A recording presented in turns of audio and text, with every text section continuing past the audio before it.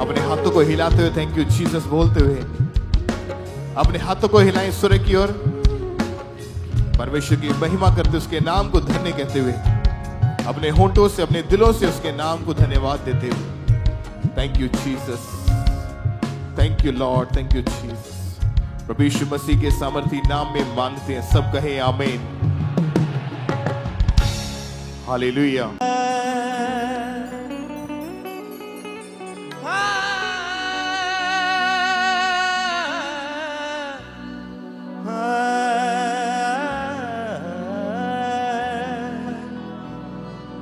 आजा यीशु जिंदगी च तू यो मेरी जाने, तेरे बाजों जिंदगी वीराने। तू यो मेरी सुबह नाले, तू यो मेरी शामे, तेरे नाल वसदा जहाने। तू यो मेरी रूह दी अबदी पोशाके, तू यो मेरी रूह दी अबदी पोशाके, तू यो मेरे तन दी अबदी खुराके। आजा यीशु जिंदगी च तू यो मेरी जाने, तेरे बाजों जिंदगी वीराने। आजा यीशु जिंदगी च तू यो मेरी जाने, तेरे बाजों जिंदगी वीराने। आजा यीशु जिंदगी च तू यो मेरी जाने, तेरे बाजों जिंदगी वीराने।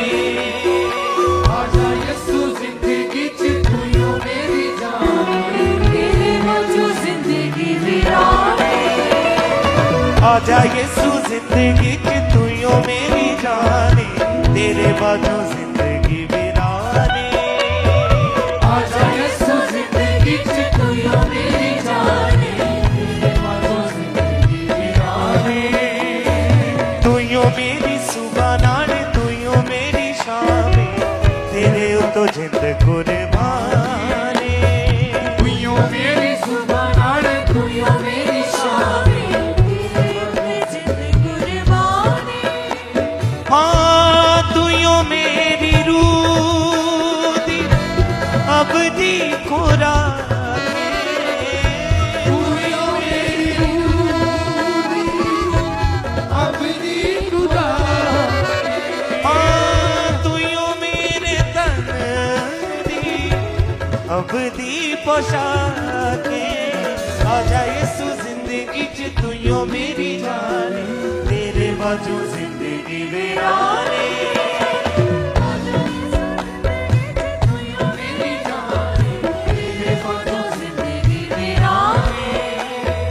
तू यो मेरी सुबह नाले, तू यो मेरी शामे, तेरे नाल वसदा जहाने। तू यो मेरी सुबह नाले, तू यो मेरी शामे, तेरे जिंद कुर्बाने।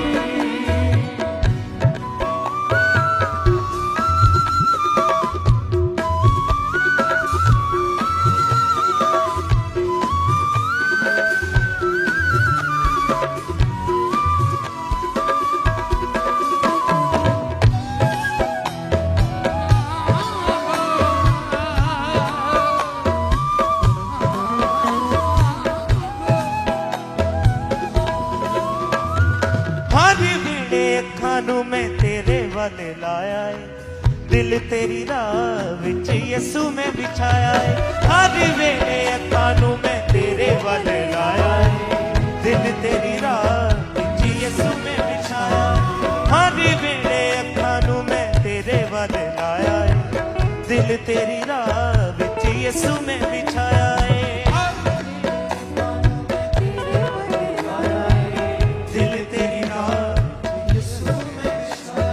सारी जिंदगी मैं यीशु तेरे नामे लावांगा, तू ही मेरा दीन ईमान है। सारी जिंदगी मैं यीशु तेरे नामे गावांगा, तू ही मेरा दीन ईमान है। दी भी गल विच कदी ना मैं आवांगा तेरे नाल मेरी ये जुबान है किसी की भी गल विच कदी ना मैं आवांगा तेरे नाल मेरी ये जुबान है तू यो मेरी रूह दी अब भी खुराक है तू यो मेरी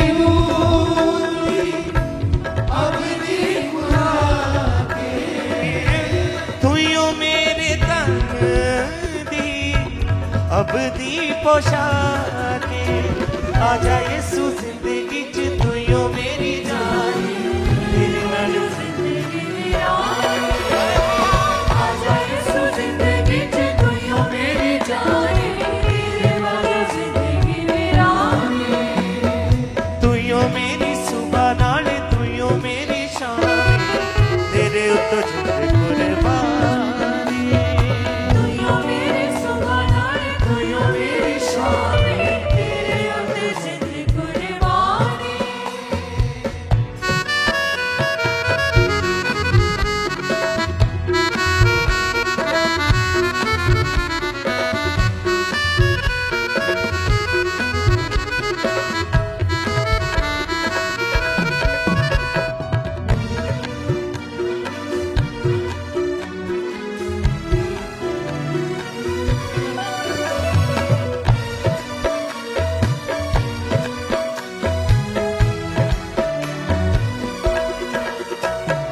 जद तक वेखा ना मैं चैन नहीं मिलदा तू यो इलाज यीशु मेरे इस दिल दा जब तक बेखाना में चैन नहीं मिलता तू यो इलाज यीशु मेरे इस दिल का जद तक वेखा ना मैं चैन नहीं मिलदा तू यो इलाज यीशु मेरे इस दिल दा जब तक बेखाना में चैन नहीं मिलता तू इलाज यीशु मेरे इस दिल का तू यो मेरी दुनिया ते तू यो ही जहान तेरे नाल जिंद खुशहाल तू यो मेरी दुनिया में तू यो ही जहान मेरे वाला जिंद खुशहाल तेरे नाल खुश हुंदी नाल शाद मारे तेरे विच यीशु मेरी जान तेरे नाल खुश होती नाल शाद मारे तेरे विच यीशु मेरी जान हाँ तू यो मेरी रूह दी अब दी खुराक तू यो मेरी रूह अबदी तू यो मेरे तन दी अब दी पोशाक आजा यीशु जिंदगी च तू यो मेरी जान तेरे जो जिंदगी मेरा आजा यीशु जिंदगी च तू यो मेरी जान तेरे वाला जिंदगी मेरा तू यो मेरी सुबह नाल तू यो मेरी शाम तेरे उत्ते जिंद कुर्बान तू यो मेरी सुबह नाल तू यो मेरी शाम तेरे उत्ते जिंद कुर्बानी आजा यीशु जिंदगी च तू यो मेरी जान तेरे बाजो जिंदगी मेरा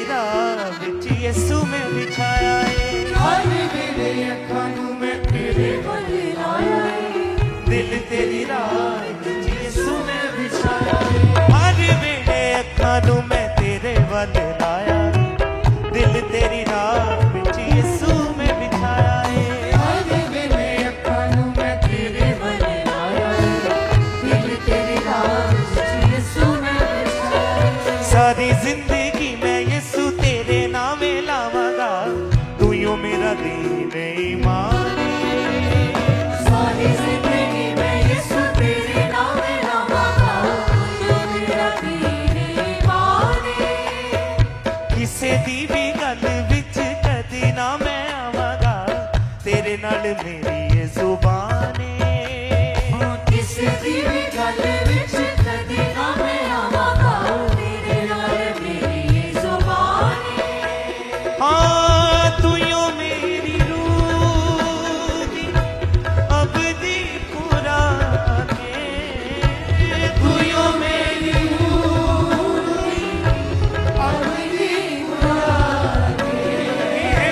तू यो मेरे तन दी अबदी पोशाक आजा यसू जिंदगी च तू यो मेरी जान तेरे वजह जिंदगी वीरान हालेलुया आजा यीशु जिंदगी च तू यो मेरी जान तेरे वजह जिंदगी वीरान हाँ तू यो मेरी सुबह नाल तू यो मेरी शाम तेरे उत्तो जिंद कुर्बान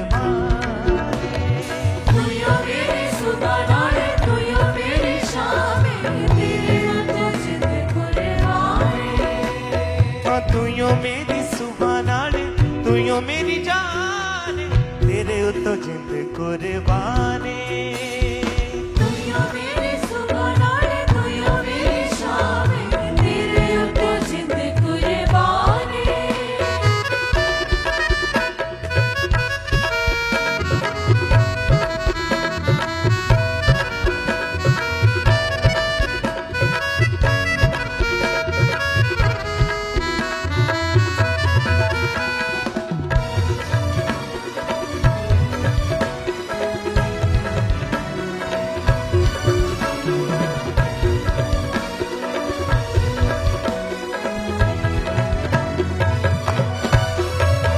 जद तक वेखा ना मैं चैन नहीं हो मिलदा तू यो इलाज यसू मेरे इस दिल दा जब तक देखा ना मैं चैन नहीं हो मिलता तू यो इलाज यीशु मेरे इस दिल का जद तक वेखा ना मैं चैन नहीं हो मिलदा तू यो इलाज यसू मेरे इस दिल दा जब तक देखा ना मैं चैन नहीं हो मिलता तू यो इलाज यीशु मेरे इस दिल का तू यो मेरी दुनिया ते तू यो ही जहान तेरे नाल जित खुशहाल तू यो मेरी दुनिया ते तू यो ही जहान तेरे नाल जिंद खुशहाल हाँ तेरे नाल खुश हुंदी नाले शाद मारे तेरे विच यसू मेरी जान तेरे नाल खुश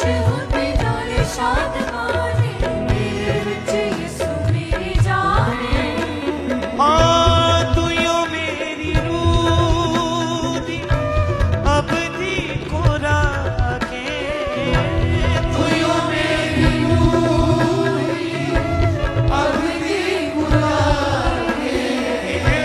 तू यो मेरे तन दी अबदी पोशाक आजा यसू जिंदगी च तू यो मेरी जान तेरे बाजो जिंदगी वीरान आजा यसू जिंदगी च तू यो मेरी जान तेरे बाजो जिंदगी वीरान हाँ तू यो मेरी सुबह हाल तू यो मेरी शाम तेरे उत्तो जिंद कुर्बान तू यो मेरी सुबह नाल तू यो मेरी शाम तेरे उत्ते जिंद कुर्बान हाँ तू यो मेरी रूह दी अबदी खुराक तू यो मेरी रूह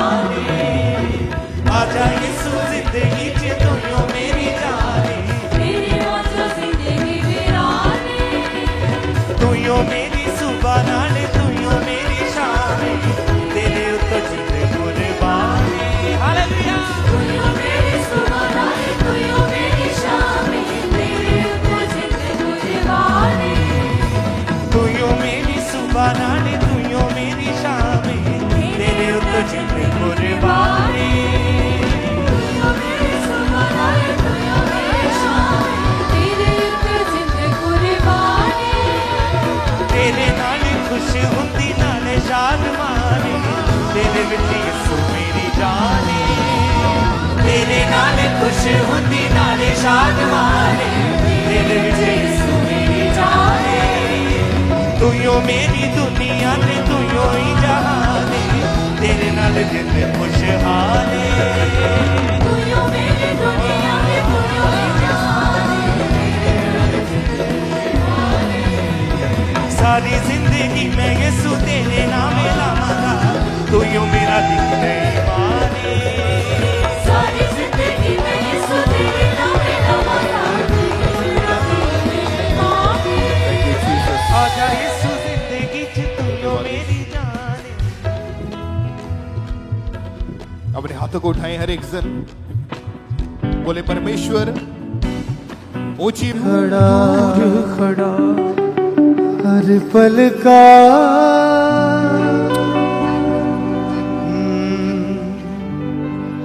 हर पल का वही है खुदा सांसों का वही बाहें जो फैलाए खड़ा आजा तू क्यों दूर खड़ा आजा तू क्यों दूर खड़ा के साथ आए हर पल का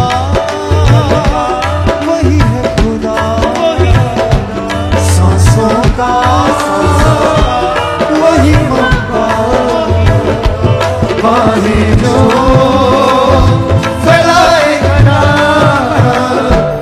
आजा तू क्यों दूर खड़ा आजा तू क्यों दूर खड़ा चिथड़े उड़े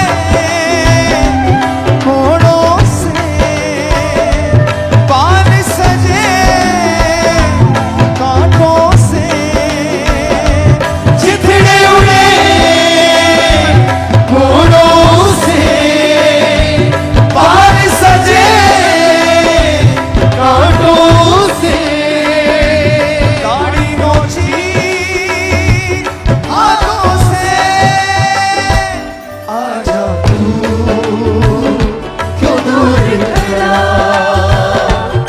आजा तू क्यों दूर खड़ा हर पल का वही है खुदा सांसों का वही मौका बाहें जो फैलाए खड़ा आजा तू क्यों दूर खड़ा आजा तू क्यों दूर खड़ा लहू लहू उसका मन बख्शी ने उसका सुख लहू लहू उसका मन बख्शी ने उसका सुख उसी को दे तन और मन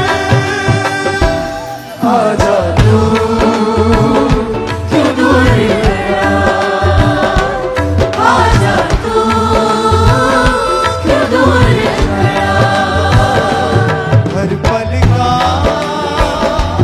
वही है खुदा सांसों का वही मौका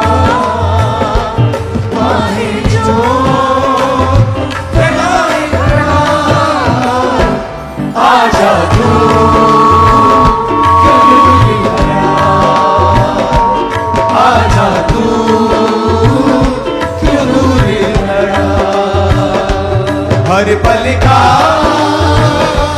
वही है खुदा, सांसों का वही अम्मा, बाहें जो फैलाए खड़ा, आजा तू क्यों दूर खड़ा, आजा तू क्यों दूर खड़ा। पाप बना तू रास्त बने, इफ्सी हुआ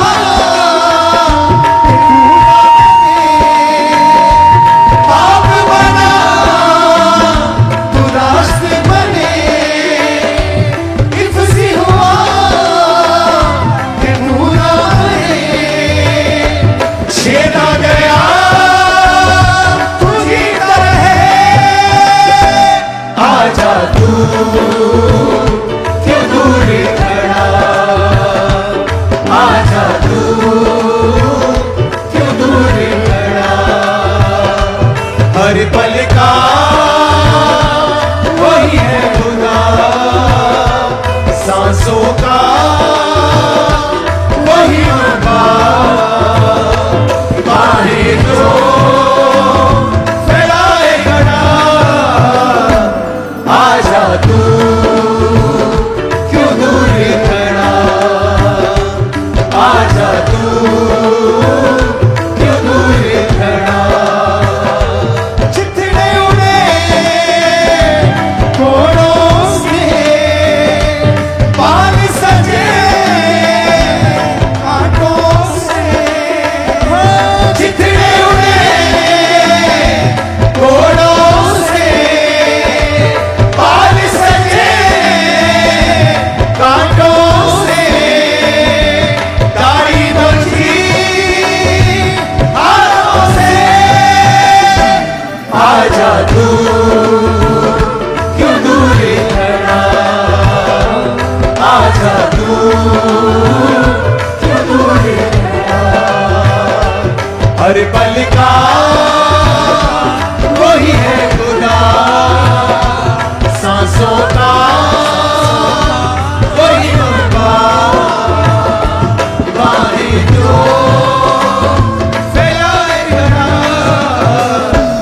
आजा तू क्यों दूर खड़ा, आजा तू क्यों दूर खड़ा, आजा तू क्यों दूर खड़ा, आजा तू क्यों दूर खड़ा,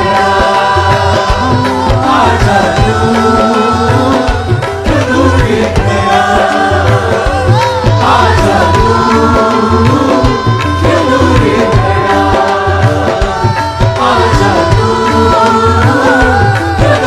खड़ा, आजा तू क्यों दूर खड़ा,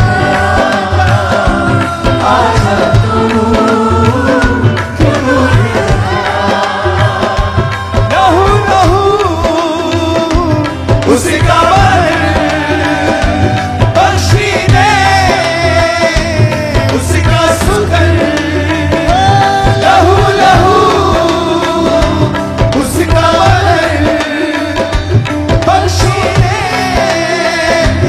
उसका सुकर, उसी को दे दर और मन, आजा तू क्यों दूर खड़ा, आजा तू क्यों दूर खड़ा। अपने हाथों को उठाओ, थैंक यू जीसस। अपने हाथों को हिलाओ और अपने होठों को खोलो थैंक्स करने के लिए परमेश्वर का। उठाकर अपने हाथों को अपनी सारी आशीषों के लिए, सुरक्षा के लिए, खुदा के हाथ के लिए, आपके चुनाव के लिए अपने हाथों को उठा के थैंक्स करो अपने होठों को खोल के।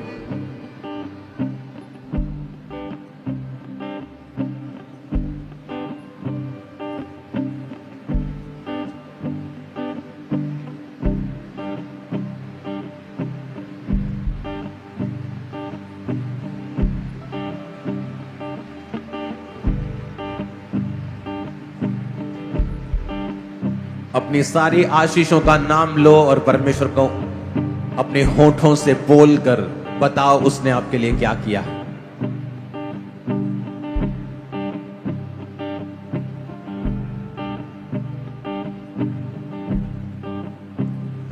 पाप बना तू रास्ते बने, इबसी हुआ कि तू ना मरे।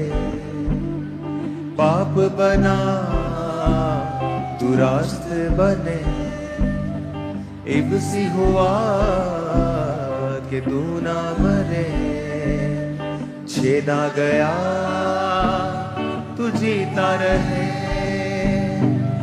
आजा तू क्यों दूर खड़ा, आजा तू क्यों दूर खड़ा। हर पल का वही है खुदा, सांसों का वही मंबा। बाहें जो फैलाए खड़ा, आजा तू क्यों दूर खड़ा। अपने हाथों को उठा के तौबा वाले मन को बनाओ, खुदा से कहो मैं तौबा करता हूं परमेश्वर, तेरे करीब आने की इच्छा रखता हूं खुदा बाप। मेरी कमियों को दूर कर, कमजोरियों को दूर कर परमेश्वर, और मुझे अपने नजदीक लेके आने में मेरी मदद कर खुदाबंद। यीशु मसीह ने कहा अगर तू मेरे नजदीक आएगा तो मैं भी तेरे नजदीक आऊंगा। अपने हाथों को उठा के खुदा से कहो परमेश्वर मेरी सारी कमियों को दूर कर, मेरी स्पिरिचुअल आईज को ओपन कर खुदाबंद, मेरी कमियों को दूर कर कि मैं तेरे और नजदीक आ सकूं। उठाकर अपने हाथों को प्रार्थना कर। चिथड़े उड़े कोड़ों से, बाल सजे कांटों से। चिथड़े उड़े कोड़ों से, बाल सजे कांटों से। दाढ़ी नोची हाथों से, आजा तू क्यों दूर खड़ा, आजा तू क्यों दूर खड़ा। अपने हाथों को उठाओ, वचन में लिखा है कि उसकी दाढ़ी को नोचा गया, वो बेइज्जती उसने आपके लिए सही है। अपने हाथों को उठाओ और कहो खुदा बाप, और जो लोग यीशु मसीह में नहीं हैं, जो लोग परमेश्वर में नहीं पहली बार आए हैं या आप सुन रहे हैं पहली बार, आपकी जिंदगी की बेइज्जती को परमेश्वर पहले से उठा चुके हैं। इसीलिए जो कोई परमेश्वर में आता है वो इज्जत का जीवन जीता है, क्योंकि बाइबल कहती परमेश्वर ने हमारे लिए सारे मूल्यों को अदा किया है। उसने आदम को कभी भी बेइज्जती के लिए नहीं बनाया था, और जब आप यीशु मसीह को अपना उद्धारकर्ता मानते हैं, वो फिर से आपको इज्जत से भरा हुआ जीवन देता है। अपने हाथों को उठाओ, क्योंकि परमेश्वर ये प्राइस आपके लिए पे कर चुके हैं, और जितना आप परमेश्वर के नजदीक आते जाएंगे, बाइबल कहती है कि वो आपको इज्जत को उतना ही बढ़ाता जाएगा। अपने हाथों को उठाकर खुदा बाप से फिर से कहो मैं तेरे नजदीक आना चाहता हूं। और खुदा बाप लहू लहू उसका बदन बख्शीने उसका सुगंध। लहू लहू उसका बदन बख्शीने उसका सुगंध। उसी को दे तन और मन। आजा तू क्यों दूर खड़ा, आजा तू क्यों दूर खड़ा। हर पल का वही है खुदा, सांसों का वही मंबा। बाहें जो फैलाए खड़ा आजा। अपने देश के लिए अपने हाथों को उठाओ। आप जिस भी देश से मुझे देख रहे हैं उस देश के लिए अपने हाथों को उठाओ। आप जिस देश से ये मीटिंग को देख रहे हैं अपने देश के झंडे को उठाओ। झंडा नहीं है तो आत्मा में उसे उठाओ और खुदाबंद के नाम में अपने देश को ब्लेस करो। आपकी प्रार्थनाओं से सब कुछ संभव है। हमारी ये प्रार्थना थी कि भारत और यूएसए की रिलेशनशिप खराब ना हो। खुदा बाप उसका उत्तर दे रहा है। अपने हाथों को उठाओ। परमेश्वर अपने हाथों को उठाओ। एक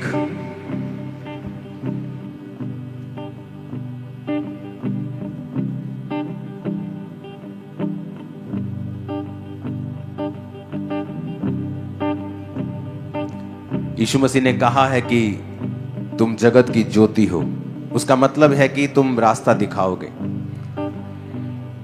एक प्रेयर पॉइंट जो पूरी चर्च और जितने सुनने वाले लाखों लोग सुनते हैं इस मीटिंग को, वो जब भी आज के बाद आप प्रार्थना करने के लिए बैठेंगे तो इस चीज के लिए प्रार्थना करें कि जो इंडिया में फूड, जो खाना है, उस पर जो पेस्टिसाइड्स हैं, उस पर जो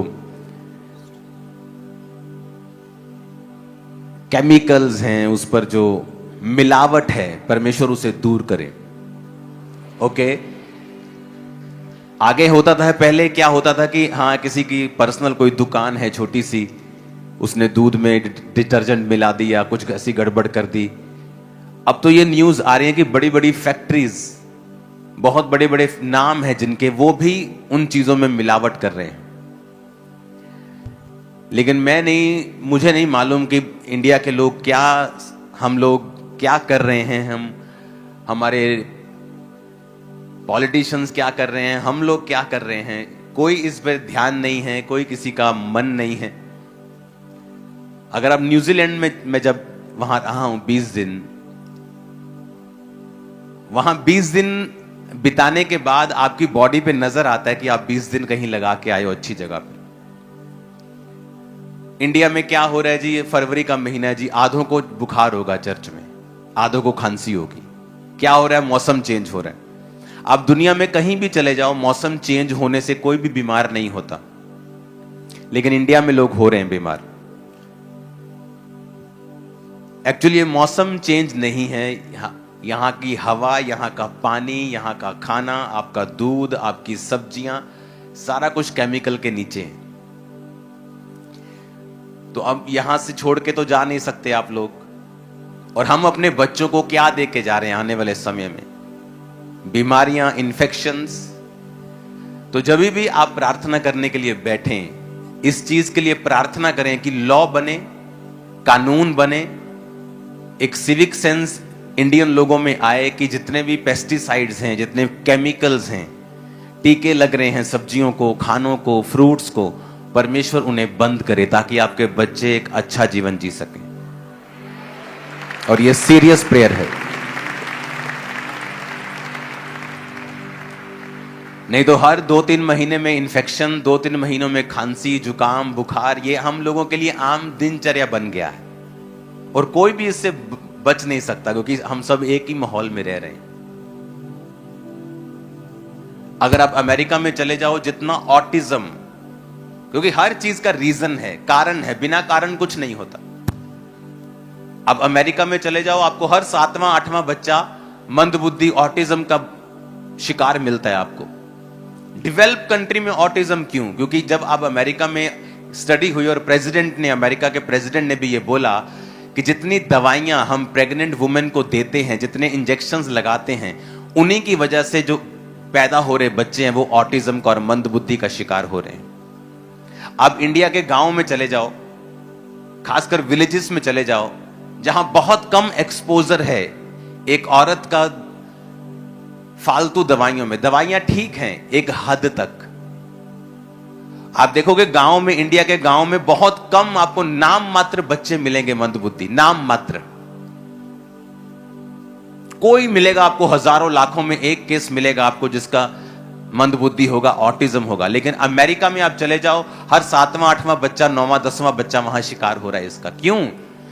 वही चीज, कहीं कुछ कोई चीज अच्छी है, कहीं किसी की कोई चीज अच्छी है, किसी की कोई चीज।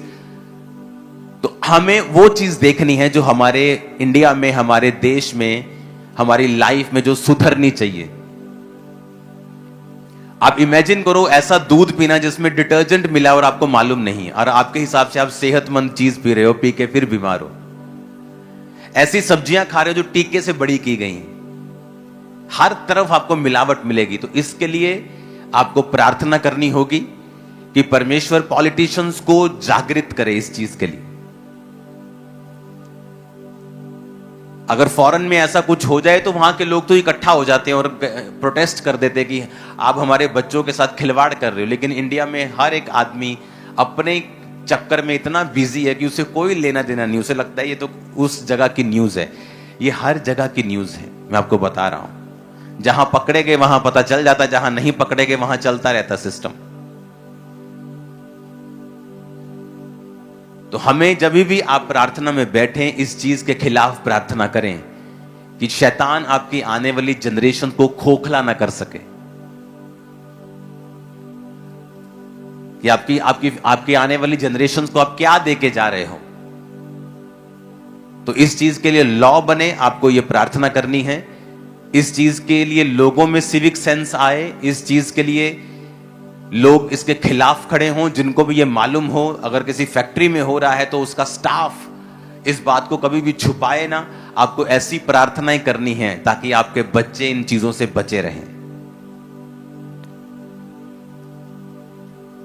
जितने बीमार लोग इंडिया में हैं, दुनिया में कहीं नहीं देखे मैंने, दुनिया में कहीं नहीं देखे। आप मानोगे, चाइना भी हमारे जैसा पॉपुलेटेड है, लेकिन वहां भी इतने लोग बीमार नहीं हैं जितने इंडिया में हैं। इंडिया की मेडिकल केयर दुनिया में कहीं नहीं है। इंडिया जैसी मेडिकल ट्रीटमेंट दुनिया में कहीं नहीं, अमेरिका में भी नहीं है। वहां तो एक डॉक्टर को अपॉइंटमेंट लेनी हो तो घुटने की सर्जरी अगर किसी ने करवानी तो 3 साल बाद की डेट मिलती है। इंडिया में आप कल करवानी हो तो वो कर देंगे आपकी। मेडिकल केयर इंडिया के नंबर 1 है, दुनिया में कोई मुकाबला नहीं। लेकिन बीमारी भी इंडिया में नंबर 1 है। हम बीमार भी नंबर 1 है। हर जगह मिलावट, हर जगह खराबी, हर जगह सिविक सेंस से परे हमें प्रार्थना करनी होगी कि परमेश्वर आने वाली जनरेशन्स जो हैं, हम उन्हें क्या देके जा रहे हैं।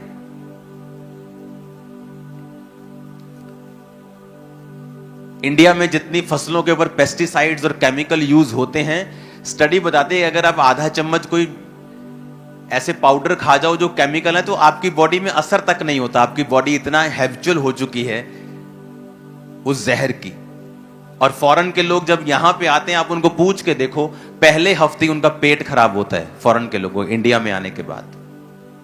आप चले जाओ फॉरेन, आपको कुछ नहीं होता।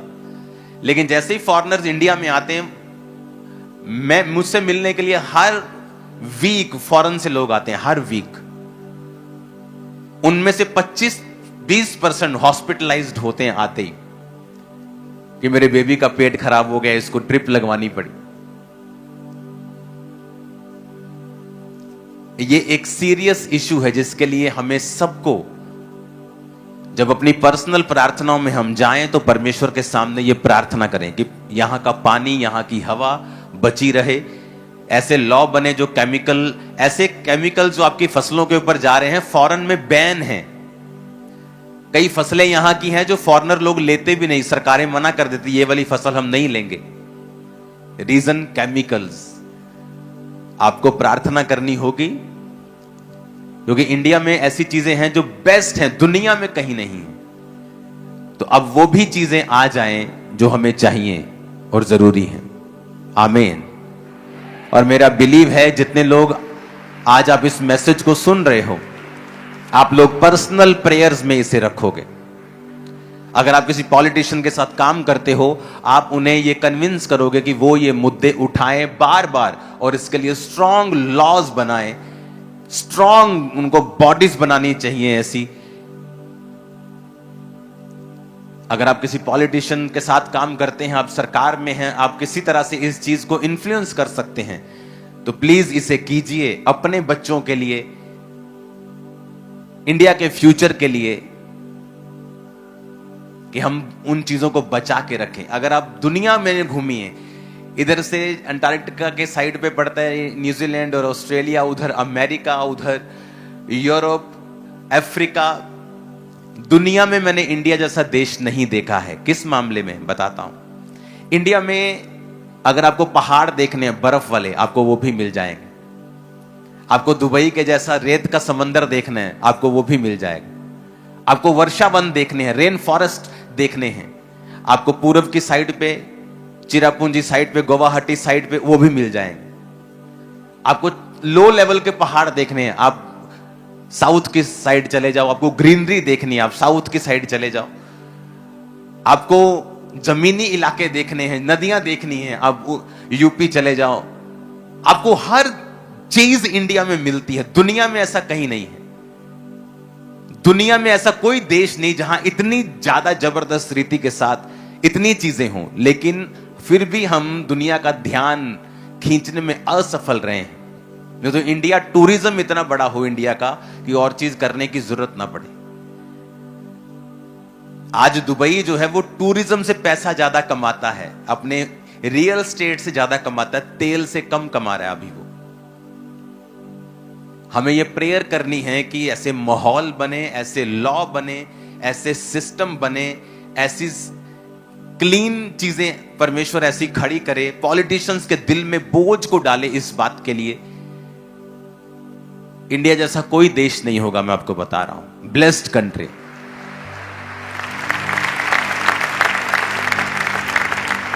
लेकिन अब जो कमियां रह गई हैं, वो कमियों को हमें दूर करना है। आमीन। आप सड़क से भी निकलें, अपना देश समझ के उसे खराब मत करें, उसे तोड़े ना, उसे खराब मत करें, उसे गंदा ना करें। हमें पब्लिक में अवेयरनेस फैलानी होगी अगर हम देश को बढ़ता हुआ देखना चाहते हैं तो। सरकारें अकेली कुछ नहीं कर सकती। अब सरकारें आपका मुंह थोड़ी पकड़ लेंगी कि थूकना नहीं है सड़क के ऊपर।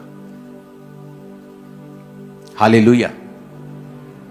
और मेरा ये एक सुजेशन है सरकार को कि आप लोग एक सिविक सेंस का पढ़ाई बचपन से लोगों को, बच्चों को देना शुरू करें। लड़कियों को सेल्फ डिफेंस और लड़कों को नैतिक शिक्षा देना शुरू करें। शुरू से ही स्किल डेवलपमेंट करना शुरू करें। आज चाइना दुनिया में नंबर 1 है चीजें बनाने में, उन्हें बेचने में, व्यापार में। कोई उसके बराबर भी खड़ा नहीं होता। आप चाइना जाके चले जाओ, देखो सेम हमारे जैसे लोग हैं, वो सेम कल्चर है, कोई ज्यादा खास फर्क नहीं है। वो ज्यादा नॉन वेजिटेरियंस हैं, इंडियंस ज्यादा वेजिटेरियंस हैं, बस इतना ही फर्क नजर आता है।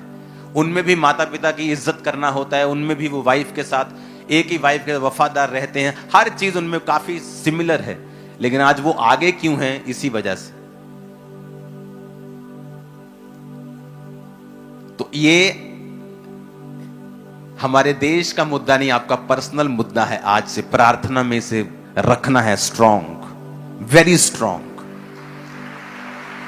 हर टाइम इसे प्रेयर में रखना है कि परमेश्वर हमारे देश में सिविक सेंस बढ़े, यहां का मौसम, यहां के पानी को, यहां की चीजों को तू खराब होने से बचा। ऐसे लॉ आए कि फूड के साथ कोई भी मिलावट कभी भी ना हो सके। लोगों के अंदर ऐसा डर खौफ आए और लोगों के अंदर ऐसी बुद्धि आए कि आज तुम किसी को खराब कर रहे हो, कल कोई तुम्हें खराब करेगा, तुम्हें पता भी नहीं होगा। एक आदमी नशा बेचता था। उसे लगा कि पहले उसकी केमिस्ट की दुकान थी तो थोड़े बहुत पैसे बचते थे, घर चल रहा था, 20-25 हजार मिल रहा था। फिर किसी ने सलाह दे दी कि ये बेचा कर कैप्सूल। फिर उसने देखा यार इससे तो पैसे ही बड़े बचते हैं। फटाफट नशेड़ी लड़के आ रहे हैं, फटाफट ले जा रहे हैं, फटाफट 30 रुपए की चीज 150-150 में बिक रही है, इसके जैसा धंधा ही नहीं है। अमीर होता गया, बेचता गया, बेचता गया, बेचता गया। और एक दिन उसके अपने एक लौते बेटे को अटैक हुआ और वो पैरालाइज्ड हो गया और आज तक पैरालाइज्ड है। हील नहीं हुआ, मेडिसिन ने काम नहीं किया, कुछ भी ठीक नहीं हुआ। आप दूसरों के घरों को खराब करके ये एक्सपेक्ट नहीं कर सकते कि आपका अपना घर खराब नहीं होगा, क्योंकि वचन कहता है जो तुम बोवोगे वो तुम काटोगे। अब काटोगे तो जरूर ये, क्योंकि ये धरती का लॉ है, ये यूनिवर्स का लॉ है, ये परमेश्वर ने बनाया, इसको तुम रोक नहीं सकते। अच्छी चीजें बोवोगे अच्छी काटोगे, बुरी बोवोगे बुरी काटोगे। तो मेक श्योर आप अच्छी चीजें बो रहे हो अपनी लाइफ में, क्योंकि उसके बाद आपकी प्रार्थना करवाने से, उसके बाद आपके कुछ करने से, रोने से, करलाने से, गाली निकालने से परमेश्वर को तब भी हल नहीं होगा। अपने हाथों को उठाएंगे अपने देश के लिए। खुदा बाप, हमारे अगुओं के अंदर ये बोझ पैदा कर कि वो मिलावट के अगेंस्ट ऐसे लॉ बनाए। हमारे देश के पानी को, हमारे देश की हवा को बचा खुदाबंद, हमारे देश की नदियों को बचा खुदाबंद, सारी मिलावटों को दूर कर खुदाबंद। ऐसे पेस्टिसाइड्स, ऐसे केमिकल्स जो हमारी फसलों पे यूज होते और हमारी बॉडी के लिए अच्छे नहीं, खुदाबंद आने वाले समय में वो बैन हो जाएं। हमारे किसान, उनके लिए रास्तों को खोल, उनको फाइनेंशियली ब्लेस करके वो अच्छे डिसीजन ले सकें। पूरी दुनिया में इंडिया के किसानों के जैसा कोई मेहनती नहीं है, सबसे कम पैसा इनको मिलता है। आपको प्रार्थना करनी अपने हाथों को उठा के कि परमेश्वर हमारी सरकारों को किसानों के ऊपर मेहरबान कर, वो उन्हें सपोर्ट करें, बिना पेस्टिसाइड्स के फूड उगाने के लिए उन्हें इनकरेज करें। आने वाले समयों में खुदावंद हम इसमें बेहतरी देखने पाए, हम इसमें आशीष को देखने पाए। प्रभु यीशु मसीह के सामर्थी नाम में हम मानते हैं, आमीन। ऊंचा यह आशीष हमारी हो जाए। अपने घुटनों पे आकर अपनी बाइबल को उठाओ और खुदा से कहो, आज जो कुछ मैं सुनने वाला हूं वो मेरे लिए है। फिर से कहो अपने हाथों को उठा के, लहू लहू उसका बदन बख्शीने, उसका सुगंध उसी को दे तन और मन। ना जा तू क्यों दूर खड़ा, हर पल का वही है खुदा, सांसों का वही मंबा, बाहें जो फैलाए खड़ा। Thank you Lord, thank you Lord. क्यों दूर खड़ा, आजा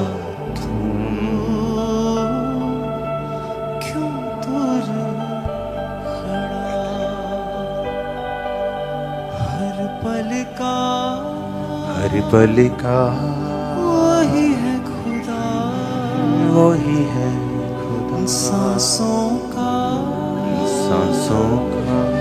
वही मंबा, वही मंबा, बाहें छू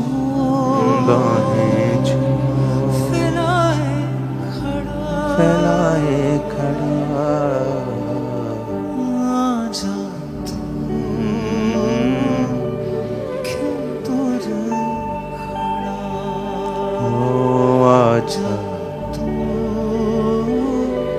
क्यों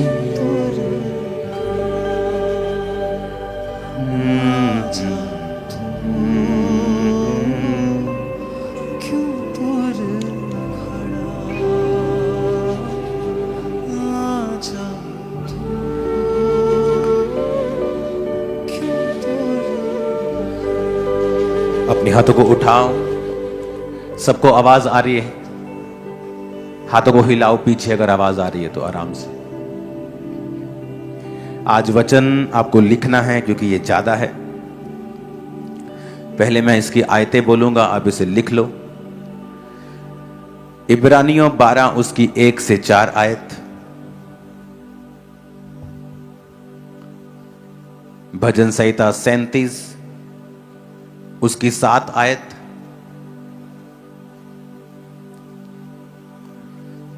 मत्ती 6 उसकी 21 आयत, रोमियो 5 उसकी 3 से 4 आयत, भजन संहिता 46 उसकी 10 आयत, भजन संहिता 34 उसकी 1 आयत, मत्ती 6 उसकी 18 आयत, इब्रानियों 10 उसकी 24 आयत,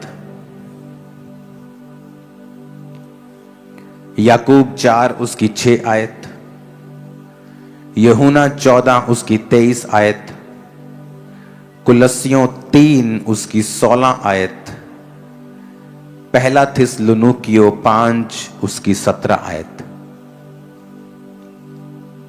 आई थिंक बहुत कम लोगों के पास कॉपी पेन है, वो मेरी ओर देख रहे हैं कब मैं खत्म करूं।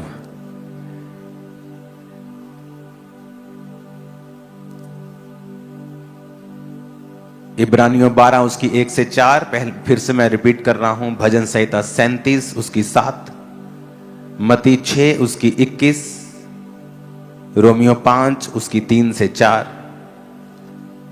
भजन संहिता 46 उसकी 10 आयत, भजन संहिता 34 उसकी 1 आयत, मत्ती 6 उसकी 18, इब्रानियों 10 उसकी 24, याकूब 4 उसकी 6, यूहन्ना 14 उसकी 23, कुलस्सियों 3 उसकी 16, पहला थिस्सलुनीकियों 5 उसकी 17।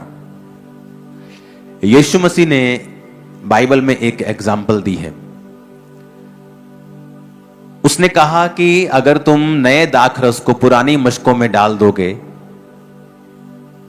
तो पुरानी मशकें फट जाएंगी और दाखरस खराब हो जाएगा। उसके कहने का मतलब यह था कि अगर तुम्हें नई आशीष चाहिए लेकिन तुम्हारा जीवन जो है वो पुराना है, तो जब नई आशीष तुम्हारे जीवन में आएगी वो तुम उसे कंटेन नहीं कर पाओगे, ठहरा नहीं पाओगे और वो नाश हो जाएगी। जब नए दाखरस को पुरानी मशकों में डाला जाता था तो मशकें जो होती थी वो चमड़े की होती थी। तो जब नए दाखरस को डालते थे तो उसमें गैस बनती थी और पुरानी जो मशकें होती थी वो टाइट होने की वजह से जब गैस बनती थी वो फट जाती थी और दाखरस खराब हो जाता था। तो जो दाख का नया रस होता था उसे नई मशकों में डालना पड़ता था, जो लचकीली होती थी कि जब गैस बने, जब वो फैले तो वो फटे ना। तो यीशु मसीह ने ये उनके टाइम की एग्जाम्पल उन्हें इसलिए दी थी कि आपको ये बात समझ आ सके कि अगर आपकी लाइफ में आपको ब्लेसिंग चाहिए, आपको अपने जीवन को न्यू करना होगा। मोस्टली आप लोग इसे ध्यान रखना कभी भी, कई बार आपकी लाइफ में आप चाहते हो आप बढ़ो, आप फाइनेंशियली बढ़ो, आप सेवकाई में बढ़ो, आप इस चीज में बढ़ो, आप इस चीज में बढ़ना चाहते हैं, लेकिन जैसे ही आप कुछ करने की कोशिश करते हैं सडनली अटैक होता है। आप चाहते हैं मैं अपने घर को बनाऊं, जैसे ही आप घर बनाना शुरू करते हैं सडनली फैमिली में कोई प्रॉब्लम शुरू हो जाती है, वो पैसा फिर वहां लग जाता है। सडनली आप चाहते हैं कि मैं अपने बिजनेस को ग्रो करूं, जैसे ही आप ग्रो करना स्टार्ट करते हैं सडनली अटैक किसी और चीज से होता है, आप वो प्लानिंग को खत्म कर देते हो। और आज हम इन 12 पॉइंट्स में बात करेंगे कि हमें कैसे अपनी आप को, अपनी कैपेसिटी को बढ़ाना है। अगर मेरे सामने 1 लीटर का गिलास पड़ा है लेकिन मैं ये चाहता हूं कि मेरे पास 5 लीटर हो, तो मैं जितना मर्जी ताकत लगा लूं, जितना मर्जी जोर लगा लूं, मैं उस 5 लीटर को कभी भी 1 लीटर के गिलास में फिट नहीं कर पाऊंगा। जितना 1 लीटर से ज्यादा होगा वो बह जाएगा। अगर आपकी कैपेसिटी, अगर आपके अंदर जो कैपेसिटी है परमेश्वर की आशीषों की, अगर वो 1 लीटर की है, आप अगर कोशिश भी करेंगे 2 लीटर डालने की, बाकी सारा वेस्ट हो जाएगा, अंदर वही रहेगा जो 1 लीटर का है। आप अपनी लाइफ के उसी लेवल पे रहोगे, कोई शक नहीं, चाहे आप जितना मर्जी चाहते हो कि मुझे नेक्स्ट लेवल पे जाना है, मुझे नेक्स्ट लेवल पे जाना है, मुझे अपनी लाइफ में अगले लेवल पे जाना है, आप उसे नहीं कर सकते जब तक आप अपने बर्तनों को बड़ा और चौड़ा नहीं करते हैं। इसका मतलब अगर आप परमेश्वर की ब्लेसिंग को चाहते हैं, आपको इनसाइडली काम करना पड़ेगा, अपने ऊपर काम करना पड़ेगा, आपको यह काम करना पड़ेगा कि आपकी जो कैपेसिटी है परमेश्वर से रिसीव करने की वो बढ़े, आपके जो बर्तन हैं परमेश्वर उन्हें बड़ा और चौड़ा करे, ताकि परमेश्वर जब आशीषों को उंडेले या आप जब उसके लिए मेहनत करें तो आपकी मेहनत जो है वो कभी व्यर्थ ना जाए। कितने मेरी बात को समझ रहे हैं? मैंने हजारों लोगों को बोलते हुए सुना है कि जैसे ही हम अपना मकान बनाने की कोशिश करते हैं, सडनली हमारे जीवन में कुछ अटैक हो जाता है, फैमिली मेंबर बीमार हो जाता है, उसके ऑपरेशन पे खर्चा करना पड़ जाता है। जैसे ही मैं चाहता हूं कि चर्च बढ़े, जैसे ही मैं चाहता हूं हम ग्रो करें, सडनली कुछ ना कुछ हो जाता है। और मैं आपको एक बात बताना चाहता हूं कि हर एक चीज शैतान नहीं करता है। याकूब 4 उसकी 6 आयत को हम पढ़ेंगे।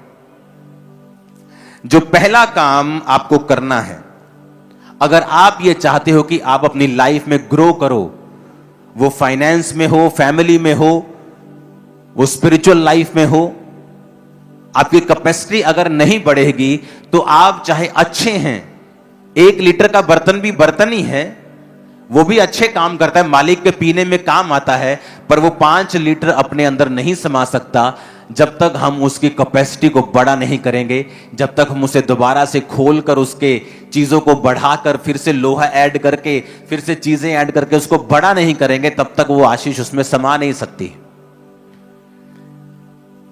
तो हमें आज पवित्र आत्मा से यह मांगना है कि पवित्र आत्मा मुझे मेरी आंखों को खोल, मेरी समझ को खोल दे, ताकि मेरे जीवन में मैं अपनी कैपेसिटी को बढ़ा सकूं।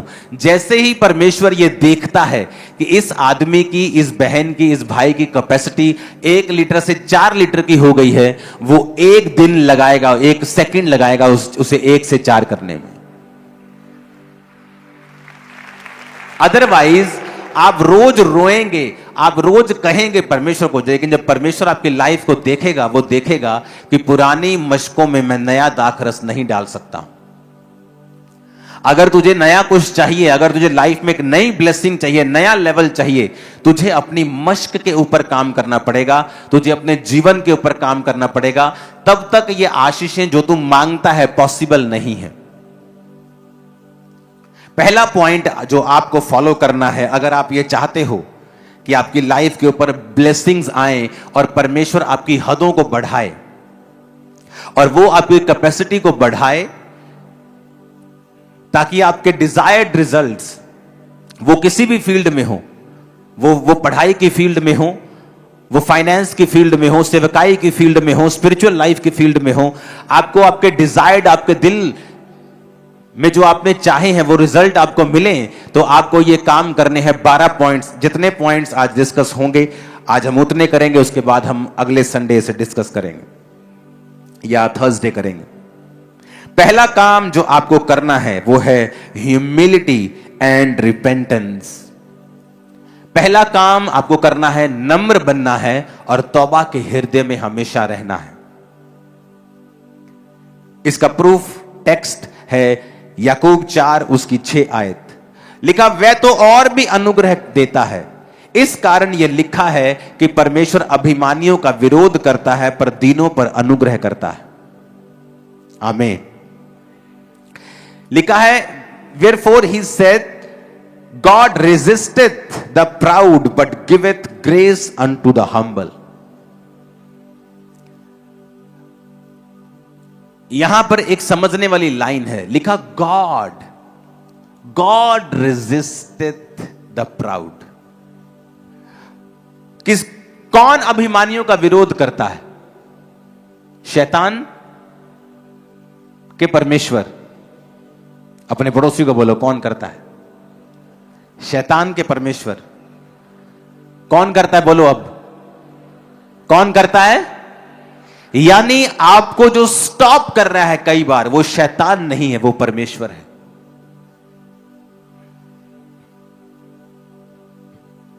लिखा वो अभिमानियों का विरोध करता है।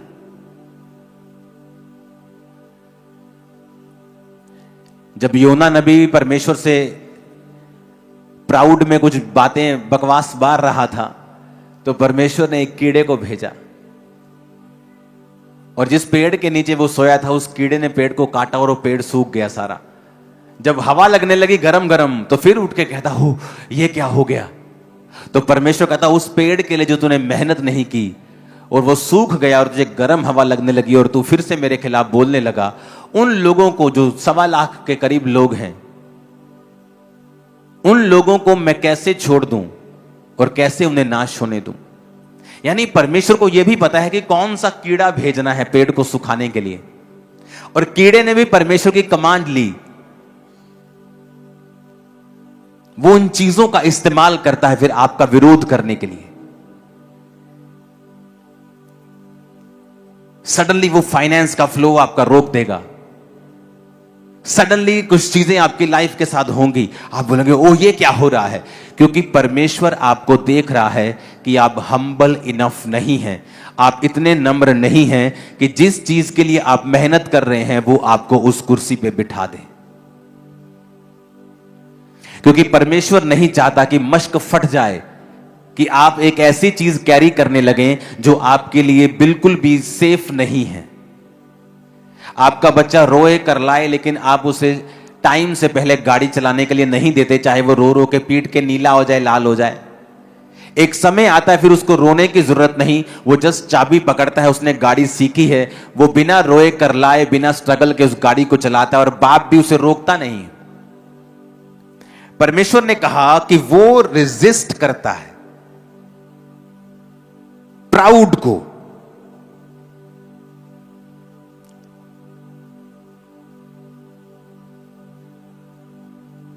कि नहीं माफ करना अपनी दरानी नूं, जाओ इन्हें मेरे खिलाफ आ गल कीती सी। पैसे का प्राउड, घमंड, ज्ञान का, सामर्थ्य का,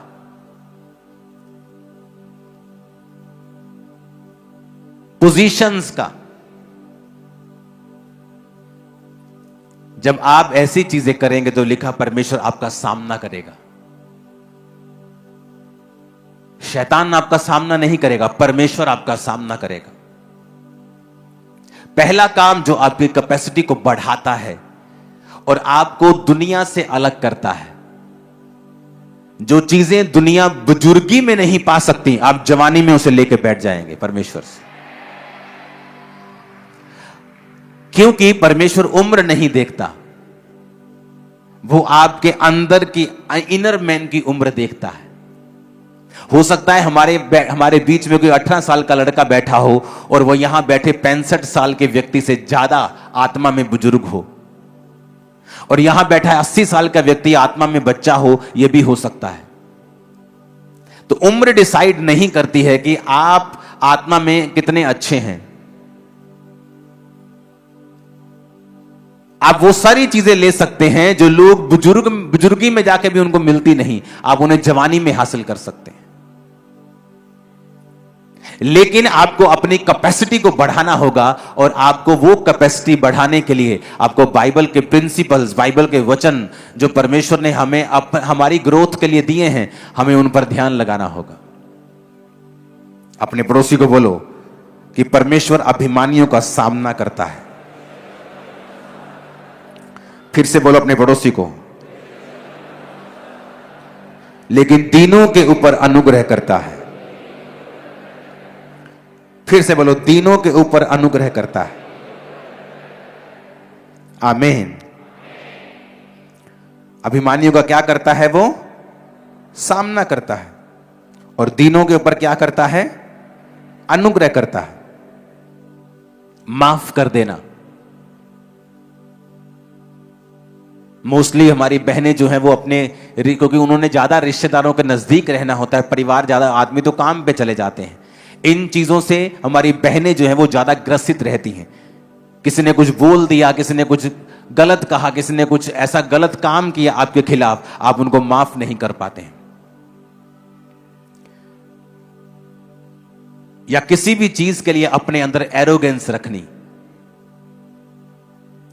अपने अंदर घमंड रखना।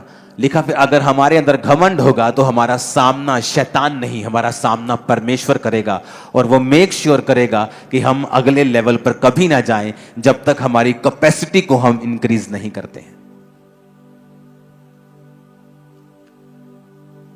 आप बर्तन अपना 4 लीटर का कर लो, मैं आपको बताता हूं, पर आपको रोने की जरूरत नहीं पड़ेगी। प्रभु के सामने वो उसमें 4 लीटर भर देगा। आपका बर्तन 1 लीटर का है, आप 10 रोजे रख के रोज रोवो, परमेश्वर आपको गाइड करेगा कैसे उसको 4 लीटर का करना है, तभी मैं उसको भर पाऊंगा। लेकिन 1 लीटर में 4 लीटर वो नहीं भरेगा। वो अपनी आशीष को वेस्ट नहीं करना चाहता। उसने कहा मैं नया दाखरस पुरानी मशकों में नहीं दूंगा, क्योंकि पुरानी मशकों में डालते ही जब वो किण्वित होंगी, जब वो गैस छोड़ेगी, पुरानी मशकें टाइट होंगी और वो फट जाएंगी, और दाखरस भी खराब हो जाएगा और पुरानी मशकें भी खराब हो जाएंगी। अपने पड़ोसी को बोलो दीन बन। अपने माता पिता के सामने, अपने अगुओं के सामने, वॉलंटियर्स के सामने, एक दूसरे के सामने दीन बन। ना तो अपने पैसों का, ना पोजीशंस का, ना सुंदरता का, ना पढ़ाई का, ना काबिलियत का, ना सामर्थ का घमंड कर, क्योंकि वो घमंडियों का सामना करता है। आमीन।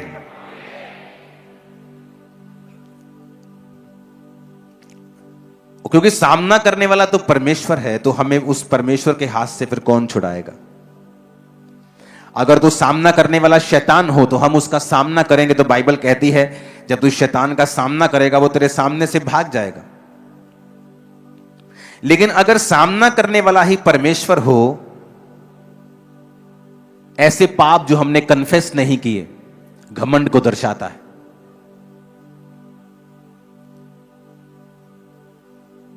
अपने नीचे काम करने वालों को आप तंग करो, यह घमंड को दर्शाता है। जहां पर आपकी पावर है आप उसका मिस यूज करो, यह घमंड को दर्शाता है। और वचन कहता है जहां घमंड होगा वहां परमेश्वर खड़ा हो जाएगा। जब आदमी घमंड करता है वो मैं का इस्तेमाल करता है। मैं, मेरा, मेरे सामने तू ऐ कीता, तेरी हिम्मत कितना हुई मैनू कहण दी। जब आप मैं करते हैं, मैं, तो परमेश्वर ने वचन में लिखा है जब उसने अपने दास को भेजा और उसने कहा तेरा नाम क्या है, परमेश्वर ने कहा मैं जो हूं सो हूं। यानी जब एक आदमी मैं करता है कि मैं, मेरा, उस समय परमेश्वर ऐसा सोचता है कि ये मेरा नाम क्यों ले रहा है, ये अपना नाम मेरे नाम पे क्यों रख रहा है, क्योंकि ये मेरा नाम है, मैं जो हूं सो हूं। जब आदमी करेगा मैं, तो परमेश्वर वहां खड़ा हो जाता है, क्योंकि वो अपने आप को फिर डिफेंड करता है वहां कि तू मेरी जगह कैसे ले सकता है। क्योंकि मैं जो हूं सो हूं, ये सिर्फ कहने वाला परमेश्वर है और कोई नहीं। जब इंसान परमेश्वर की जगह को लेने की कोशिश करता है, जिस तरह शैतान कहता था कि मैं परमेश्वर के जैसा ही, परमेश्वर से बड़ा एक सिंहासन बनाऊंगा, तभी वो गिरा। जब भी आप मैं करेंगे, मैं, मेरा, तेरी ऐसी थी तैसी, तो बाइबल कहती है शैतान नहीं, परमेश्वर आपका सामना करेगा। वो आपके सामने खड़ा होगा, आपको तकलीफ देगा, आपको बांधेगा, आपको लिमिटेड करेगा, क्योंकि शैतान नहीं, परमेश्वर आपके खिलाफ खड़ा होगा। मेक श्योर जब आप चर्च में आए एक दूसरे को ग्रीट करें, वॉलंटियर्स को ग्रीट करें, वॉलंटियर्स आपको ग्रीट करें, हाथ जोड़कर आपकी वो वेलकम करें, आप भी हाथ जोड़कर उनके वेलकम को स्वीकार करें। अपनी फैमिली में, अपने मोहल्ले में, अपने नगर में मेक श्योर आप ऐसे काम करें जिससे आप हम्बल बने रहें।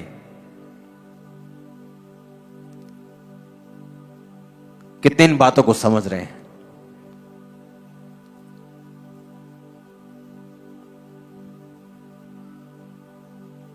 इस चर्च को उठाने से पहले यह मेरी एक आदत होती थी कि मैंने पास्टर्स के पैरों को धोया है दूध से। 1-2 नहीं, लाइन्स, बिग लाइन। कई बार हम किसी के पैरों को जब धोते हैं, हम कहते हैं कि हमने पैर को धोया। मैंने हर पास्टर के पैर को धोया। हर आदमी आपको ये गवाही देगा जिसने मुझे 15 साल जो पहले मिला होगा। ऐसे कामों को जानबूझ के करें जिससे आप हम्बल बने रहें। कई बार आपकी पोजीशन इतनी हाई होती है, आप इतने अनॉइंटिंग में होते हैं, आप इतने पावरफुल होते हैं, दोनों तरफ से, स्पिरिचुअली, फिजिकली, सांसारिक दृष्टि से भी आपका घमंड में आना स्वाभाविक होता है। लेकिन अगर आप स्पिरिचुअल हैं, आपको मालूम है, आप वही काम करते हैं जिससे आप हम्बल बने रहें।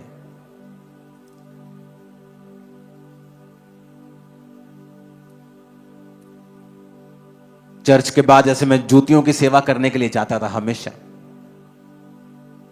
अब चर्च में अंदर एक जो जूता घर बन रहा है वहां मैं फिर सेवा करूंगा क्योंकि वो कंट्रोल्ड है, वहां पे 4 दीवारी है। अब तो मैं करूंगा तो लोग वहां पे डिलीवरेंस के लिए आ जाएंगे, मुझे छोड़ेंगे नहीं।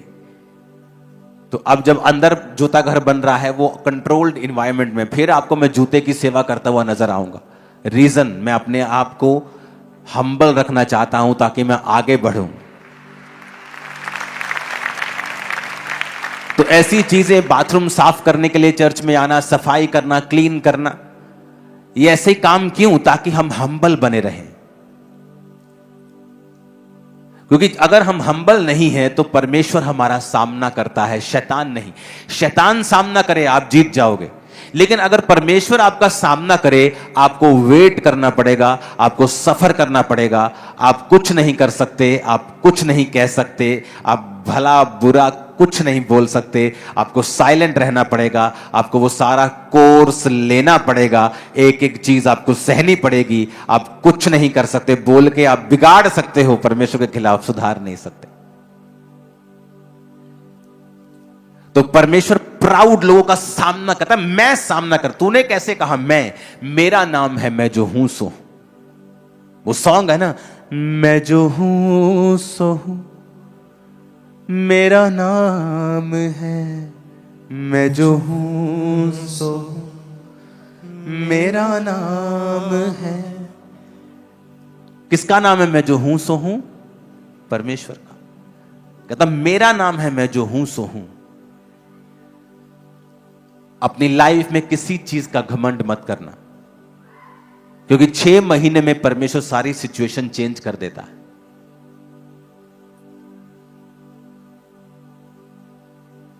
हालेलुया। अपने हृदय को रिपेंटेंस मोड के ऊपर रखना, तौबा का हृदय रखना हर टाइम। यह भी दिखाता है कि आप हम्बल हैं। तो पहला पॉइंट आपने नोट किया। अब दूसरा पॉइंट, फेलोशिप करना और दूसरों की सेवा करना, खासकर उनकी जो मसीह के देह के अंग हैं। इब्रानियों 10 उसकी 24-25। प्रेम भले कामों में उकसाने के लिए हम एक दूसरे की चिंता किया करें। आगे पढ़ेंगे इसकी आयत को, अगर है आपके पास तो इसकी 25 आयत को भी निकालेंगे। भजन इब्रानियों 10 उसकी 24 आयत को हम फिर से पढ़ेंगे।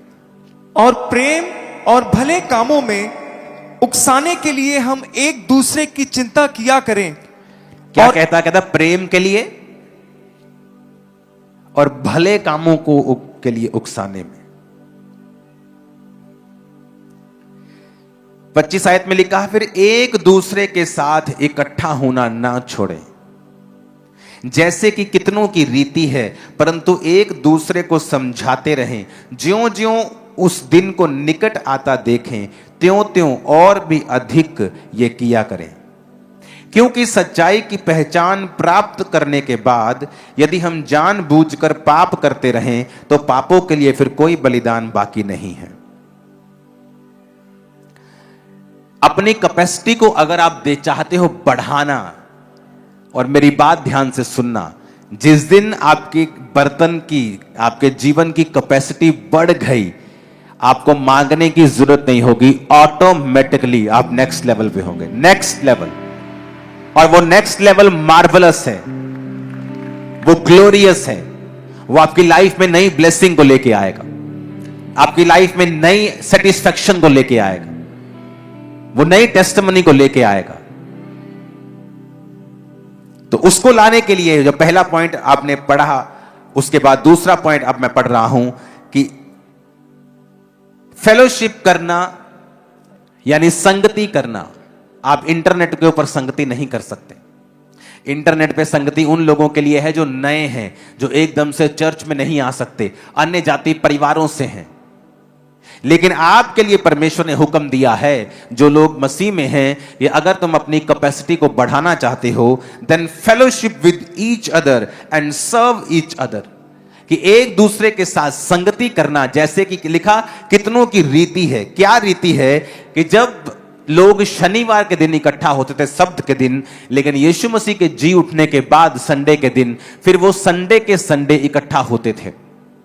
तो पौलुस कहता था कि इकट्ठे होना जैसा कि हमारी रीति है, तुम किसी भी रीति से उसको ना छोड़ो, क्योंकि जब भी शैतान आपको पहली ग्रेस से गिराना चाहता है, वो ये चाहता है कि तुम्हारी कैपेसिटी कभी ना बढ़े, तुम एक जगह पे स्टक हो जाओ, तुम्हारा पानी 1 लीटर हो, फिर 1 लीटर को कैसे मैं कम करूं, वो इस चीज पे प्लान करता है। तो सबसे पहले वो तुम्हारी संगति को अटैक करता है।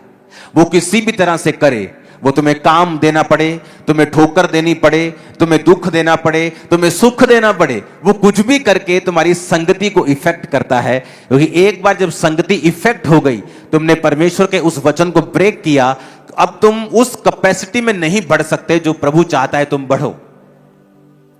तो उसने कहा कि तुम प्रेम में और भले कामों में उकसाने के लिए एक दूसरे की चिंता किया करो। हम में से कितने लोग हैं जिसने कुछ भला करने के लिए एक दूसरे को उकसाया हो?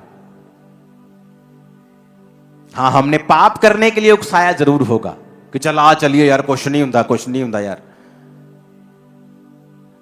तो वचन जब टूटेगा तो कर्स लाइफ पे होगा और उसे कोई रोक नहीं सकता है। मेरे टाइम में यूथ मेरे साथ होता था, यही वचन सुनता था, इधर से सुनता था, इधर से निकालता था, और चर्च खत्म होने के बाद वही करता था जो उसके शरीर को अच्छा लगता था। आज आप उनकी जिंदगियां देखो, 15-20 साल बाद वो वही के वही हैं। और जो लोग आत्मिक थे, जो लोग स्पिरिचुअल थे, उन्हें टाइम लगा 10 साल, 12 साल, किसी को 7 साल, लेकिन वो कहीं अधिक ऊंचे लेवल पे हैं आज हर तरफ से। परमेश्वर ने क्या कहा कि एक दूसरे को सर्व करना है।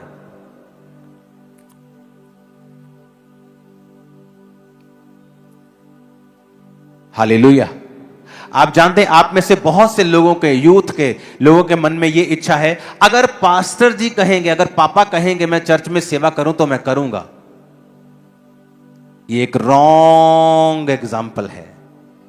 वचन कहता है सर्व ईच अदर, सर्व गॉड।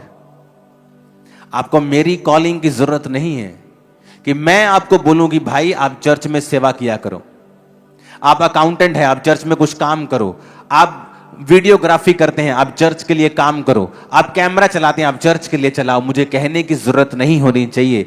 अगर आपको आपकी कैपेसिटी बढ़ानी है, मेक श्योर आप चर्च के कामों में जुड़े हुए हों सारे। आपकी जो भी पोजीशन है, आप फाइनेंशियली ब्लेस्ड हैं, मेक श्योर आप अपने टाइथ, अपने हदियों, अपनी ऑफरिंग से चर्च के कामों में सहयोग करें। आप गिफ्टेड हैं, मेक श्योर आपका वो वरदान परमेश्वर के और परमेश्वर के लोगों के काम आए। अपने पड़ोसी को बोलो, तेरे हर वरदान परमेश्वर के लिए काम आए। आमीन। अगर हम सर्व करेंगे परमेश्वर को, सर्व करेंगे लोगों को, एक दूसरे को फेलोशिप करेंगे, तो वचन कहता है कि हमारी कैपेसिटी को परमेश्वर बढ़ाएगा। और यह प्रैक्टिकल होता है। मैं कई बार जब लोगों से मिलता हूं, सडनली मेरी जिंदगी में काम होता है, सडनली मेरी लाइफ में काम होता है। मुझे मालूम होता है, ओके मुझे अब यह करना है, मुझे इस तरफ से परमेश्वर ने मुझे अब ये एक तरह का साइन दिया है कि मुझे ये हिस्से को और मजबूत करना है। जब आप फेलोशिप करते हैं, परमेश्वर की ग्रेस आपके ऊपर आती है और वो आपकी कैपेसिटी को बढ़ाता है। ऊंची आवाज में कहो आमीन। अपने पड़ोसी को बोलो, फेलोशिप करो, संगति करो, सर्व करो एक दूसरे को। आमीन। ऊंची आवाज में, ऊंची आवाज में।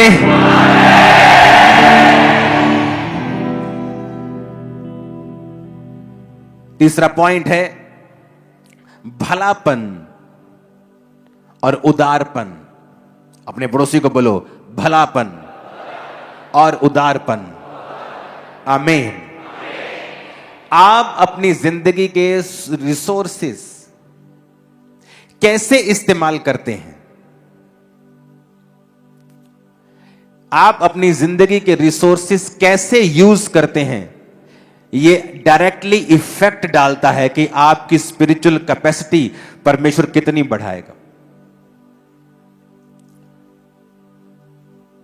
आपके फिजिकल रिसोर्स, वो पैसा हो सकता है, वरदान हो सकता है, पॉलिटिकल कोई पोजीशन हो सकती है।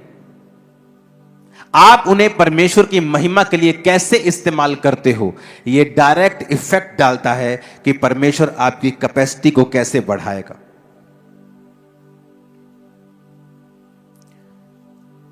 परमेश्वर ने कहा, मैं चीयरफुली जो गिव करता है, आनंद से देता है, मैं उससे प्यार करता हूं। यह नहीं कि हां बीच का अनाउंसमेंट हुआ है, मेरा दिल नहीं कर रहा लेकिन मुझे देना पड़ेगा, अनाउंसमेंट हुआ है। कहता वो तेरा दिया हुआ कभी भी काम नहीं आएगा। गॉड लव्स ए चीयरफुल गिवर। जो प्रेम करता है, जो चीयरफुली, जो आनंद के साथ बोता है, परमेश्वर उस पर दया करता है, उसकी कैपेसिटी को बढ़ाता है। अपने पड़ोसी को बोलो, परमेश्वर बढ़ाता है जो आनंद से देता है। आमीन। और अगर आपकी लाइफ में आप मटेरियलिस्टिक हैं, आपको सांसारिक चीजों से बहुत प्यार है, आप उस गाड़ी के लिए जो आपकी फेवरेट है आप पाप भी कर सकते हैं, तब भी परमेश्वर आपकी कैपेसिटी को नहीं बढ़ाते। हमारे जीवन में पैसा होना चाहिए। यह बाइबल भी ऐसा कहती है कि आपके पास वो सब कुछ हो जो आपको करने के लिए, प्रभु की महिमा करने के लिए चाहिए। इस मिनिस्ट्री को पैसा चाहिए, हर टाइम ऐसे टारगेट्स हमारे आगे सेट होते हैं, लेकिन वो मटेरियलिस्टिक में नहीं आता है। मटेरियलिस्टिक वो आदमी होता है जिसका ध्यान सिर्फ इस चीज पे है कि उसको अपने जीवन में क्या चाहिए, उसको कैसा घर चाहिए, कैसी उसको अपनी लाइफ चाहिए, कैसी गाड़ियां चाहिए, पॉश जीवन चाहिए, उसे स्टार बनना है इंटरनेट का। परमेश्वर ने कहा जो मटेरियलिस्टिक आदमी है वो भी परमेश्वर के सामने अपनी कैपेसिटी को बढ़ा नहीं सकते। जब आप उदार होते हैं, जब आप भले होते हैं, आप अपने रिसोर्सेस को, जो आपके फिजिकल रिसोर्सेस हैं, आप दूसरों के भलों के लिए उसे इस्तेमाल करते हैं। कैसे परमेश्वर आप पर भरोसा रखेगा कि आपके सामने एक व्यक्ति भूखा मर रहा हो और आप अपनी जेब से पैसा ना निकालें उसको कुछ देने के लिए? हालेलुया। ऐसा कैसे पॉसिबल है कि वो आपको देखे और आप इस तरह के हो कि दूसरों की कोई भी प्रॉब्लम जो है आपको हर्ट नहीं करती, आपको दूसरे की प्रॉब्लम से कोई मतलब नहीं है।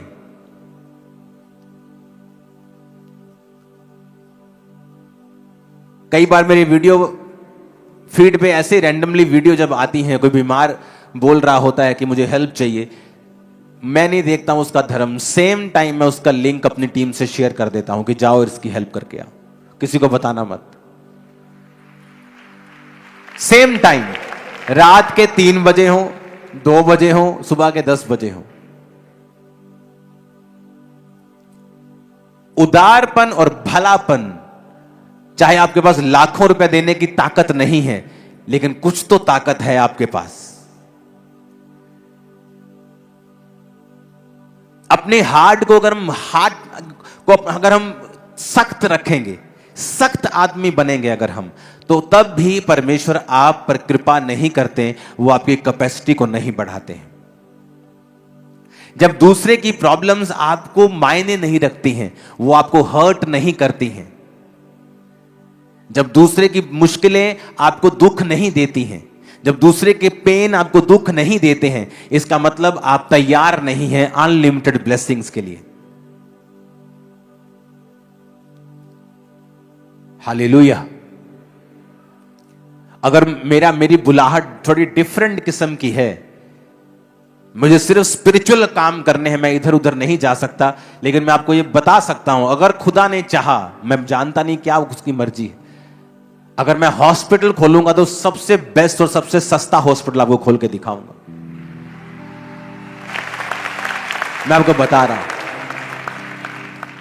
ये मेरे हार्ट में है, लेकिन मैं चाहता नहीं हूं कि मेरी कोई भी चीज मेरी स्पिरिचुअल लाइफ को, क्योंकि एंड में आप जो भी करते हैं, खोलते हैं, आपको मॉनिटर उसे करना पड़ता है, आपको उसे देखना पड़ता है, समय देना पड़ता है, और मेरा समय वही है जो मैं परमेश्वर को दे रहा हूं, ताकि स्पिरिचुअल लाइफ और आपकी स्पिरिचुअल लाइफ ग्रो करे, और परमेश्वर का आत्मा मुझे डायरेक्ट मैसेज दे।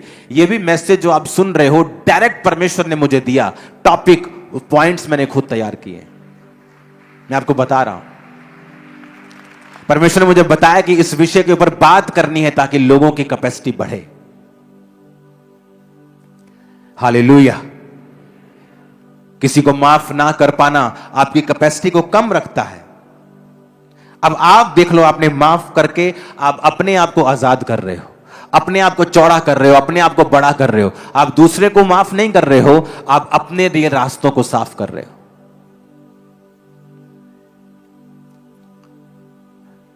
किसी की प्रॉब्लम आपकी प्रॉब्लम होनी चाहिए। वचन कहता है दुखी होने वालों के साथ दुखी हो वो। अपने हाथों को उठाओ, बोलो वचन को पूरा कर सकूं मैं। इन तीनों पॉइंट्स के लिए प्रार्थना करो। मैं भला बन सकूं, उदार बन सकूं, दीन बन सकूं, मटेरियलिस्टिक ना हूं, दुनियावी ना बनूं, और अपने रिसोर्सेस का इस्तेमाल खुदा की महिमा के लिए कर सकूं। ऊंची आवाज में प्रार्थना करेंगे, हाथों को उठा।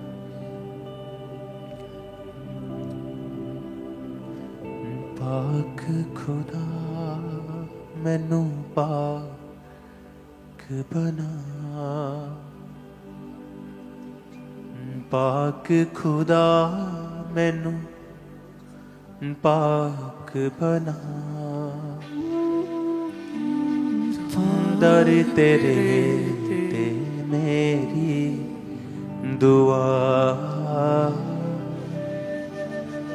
दर तेरे ते मेरी दुआ।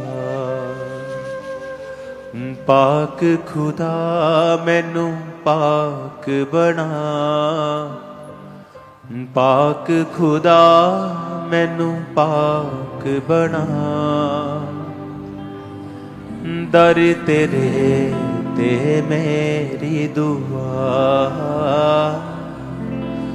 दर तेरे ते मेरी दुआ। दे पवित्र आत्मा मैं गावांगा सना, दे पवित्र आत्मा मैं गावांगा सना, राह में पवित्र विच जहां, राह में पवित्र विच जहां, विच जहां, नूर तेरे नाल चमका सदा, नूर तेरे नाल चमका सदा,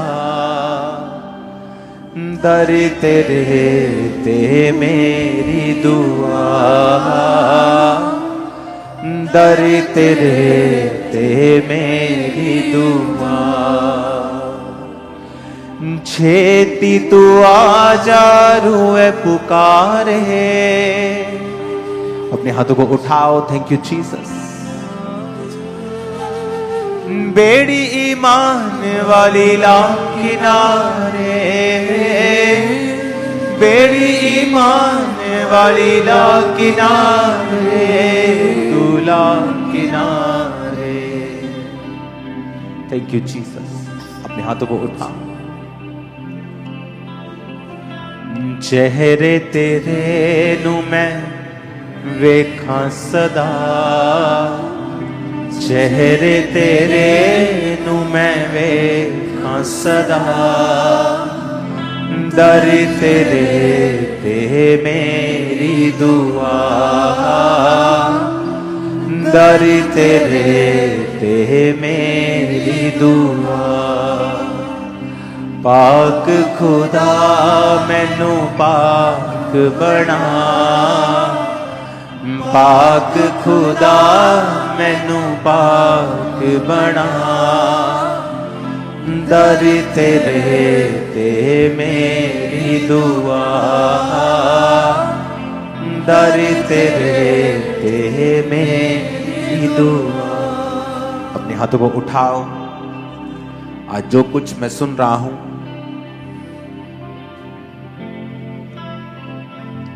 मैं उसे मानूंगा, उस पे चलूंगा।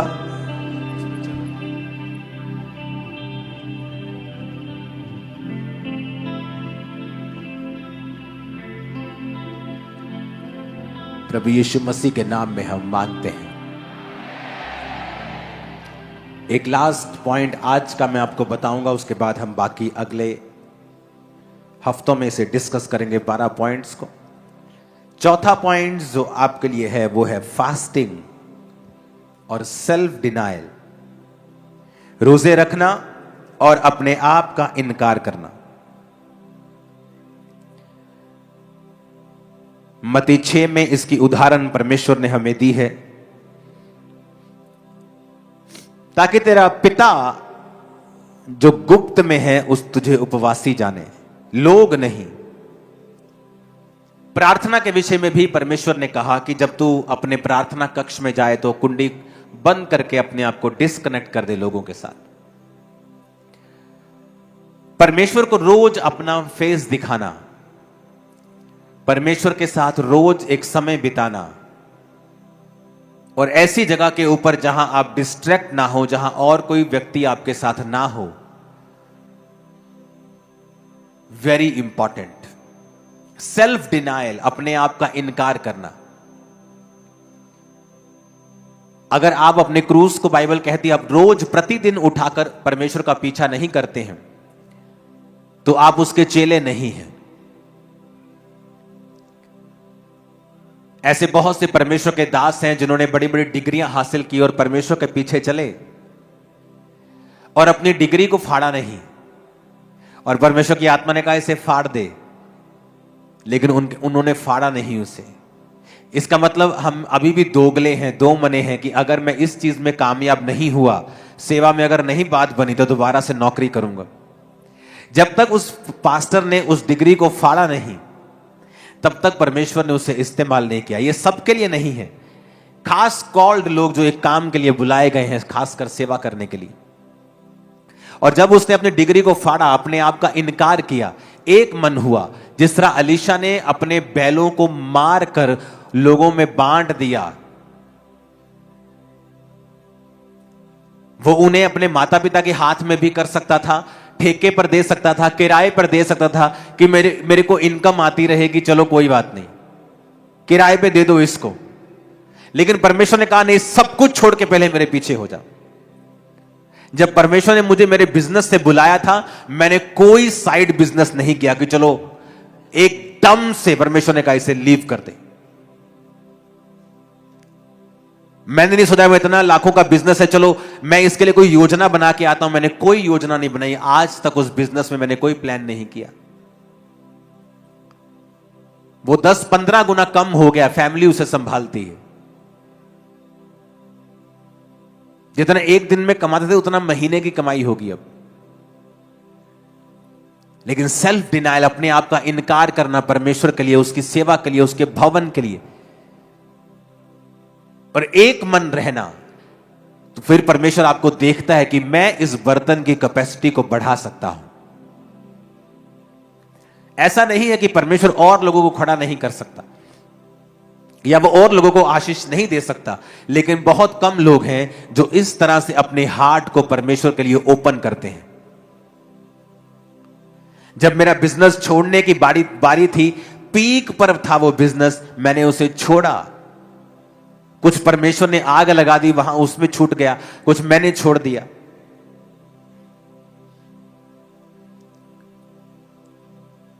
सेल्फ डिनायल कि जो परमेश्वर ने आपको करने के लिए कहा है, कई बार वो बोलता है आपको इस दोस्त को छोड़ दे, अपनी इस वाली संगति को छोड़ दे, इन लोगों की संगति मत कर।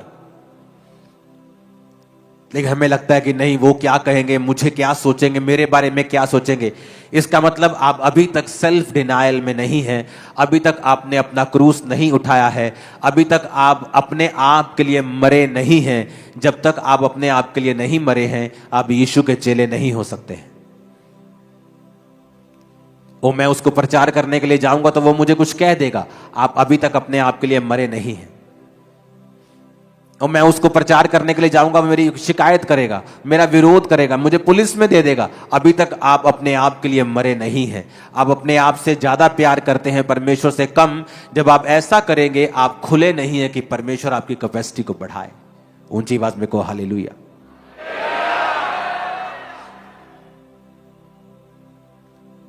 सेल्फ डिनायल फास्टिंग से आता है। जब आप फास्ट करते हैं, सडनली आप अपने शरीर को, अपने शरीर की इच्छाओं को वीक करते हैं। अगर आपको व्यभिचार के अटैक होते हैं, फास्टिंग में चले जाओ। अगर आप अपने शरीर को देखना चाहते हो, अपने आप को, अपनी इच्छाओं को मरते हुए, फास्टिंग में चले जाओ। फास्टिंग और सेल्फ डिनायल ये संग संग चलते हैं। आप फास्टिंग करते हैं, उपवास करते हैं, और सडनली आप सेल्फ डिनायल, रोज रोज अपनी इच्छाओं को आप खत्म करते हैं, अपने आप को और स्ट्रांग करते हैं स्पिरिट में, और ये चीज आपकी कैपेसिटी को बढ़ाती है। मेरा ये बिलीव है कि इस फेब मंथ में और 2026 में जो खुदा ने हमसे वायदे किए हैं, वो उन्हीं वायदों के तहत आपको ये वचन दे रहा है ताकि आपकी कैपेसिटी बढ़े और हर तरफ से आप ब्लेस हो सको। ये रियलिटी मैं आपको बता रहा हूं। सेल्फ डिनायल रखना, अपने आप का इनकार करना, डबल योजना अपने जीवन में ना रखना, डबल ना सोचना, क्योंकि जब आप डबल सोचते हैं, परमेश्वर रुकता है और वेट करता है, और वो इंतजार करता है आपके एक मन होने का, क्योंकि उसको गलती नहीं लगी जब उसने आपको भेजा। ये है ही मुश्किल। सेवा का रास्ता, सेल्फ डिनायल का रास्ता है ही मुश्किल। ये आसान कहां लिखा है वचन में? ये मुश्किल रास्ता है, संकरा रास्ता है, और थोड़े हैं जो इसे पाते हैं। बहुत से प्रवेश करते हैं लेकिन एंड नहीं कर पाते हैं। बीच में आपको लोग छोड़ते हुए मिलेंगे आत्मिक चीजों को, क्योंकि ये एक टफ रास्ता है। अपने हाथों को उठाओ,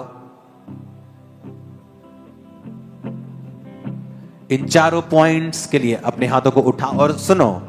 घर जाओ, इस वचन को पूरा हफ्ता, एक हफ्ता ही सुनना, बस आपको समझ आ जाएगा।